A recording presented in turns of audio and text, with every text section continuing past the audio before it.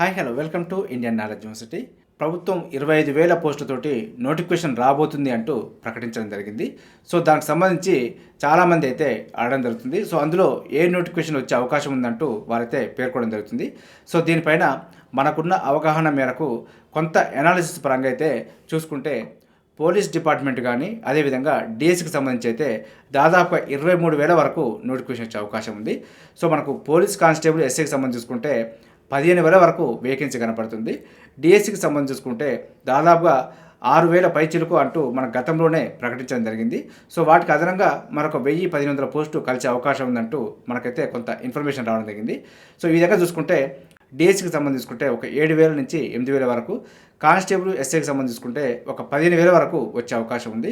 So ఈ రెండు కలుపుకుంటే మనకు దాదాపుగా 23,000 వేకెన్సీ అయితే స్పష్టంగా కనపడుతుంది. సో మరికొన్ని పోస్టులు చూసుకుంటే ఆర్టీసీ నుంచి కానీ, అదేవిధంగా ఎలక్ట్రిసిటీ డిపార్ట్మెంట్ కానీ, అదేవిధంగా ఫారెస్ట్కు సంబంధించి కానీ సో ఇతరత్ర వేకెన్సీ అయితే ఉన్నాయి కాబట్టి వాటికి సంబంధించి వచ్చే అవకాశం అయితే ఉంది. సో వాటికి సంబంధించిన అప్డేట్ కూడా మీకు వెంటనే అందించే ప్రయత్నం చేస్తాను. ప్రస్తుతం చూసుకుంటే మనకు కానిస్టేబుల్ ఎస్ఐ మరియు డిఎస్సికి సంబంధించి పర్ఫెక్ట్గా నోటిఫికేషన్ రాబోతుంది. సో మీరు ఎక్కడ కూడా నిరుత్సాహపడకుండా, టైం వేస్ట్ చేయకుండా మీ యొక్క ప్రిపరేషన్ అయితే కొనసాగించే ప్రయత్నం చేయండి. డిఎస్సి గురించి అయితే ప్రత్యేకంగా చెప్పాల్సిన అవసరం లేదు. అదొక మినీ సివిల్స్ కాబట్టి సో ఆల్రెడీ 1-2 మార్కులతో మిస్ అయిన వాళ్ళు, అర మార్కుతో మిస్ అయిన వాళ్ళు ఆల్రెడీ ప్రిపరేషన్లో ఉన్నారు.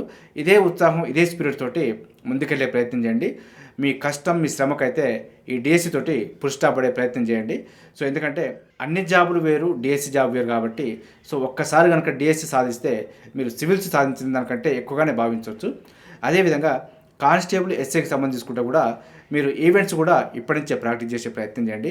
ఈవెంట్స్ ప్రాక్టీస్ అంటే ఇప్పటికిప్పుడు ఈవెంట్స్ కొట్టమని కాదు, సో బాడీని ఆ దిశగా సన్నద్ధం చేసుకునే ప్రయత్నం చేయండి. ఎందుకంటే ఈవెంట్స్ అనేది 15 రోజులు 20 రోజులు ప్రాక్టీస్ చేస్తే వచ్చేటి కావు. సో మీకు దాదాపుగా ఒక 6 నెలలు సంవత్సరం పాటు ఆ ట్రాక్లో ఉంటేనే ఈవెంట్స్ మార్క్స్ అయితే మీకు ఎక్కువ పెరిగే అవకాశం ఉంటుంది.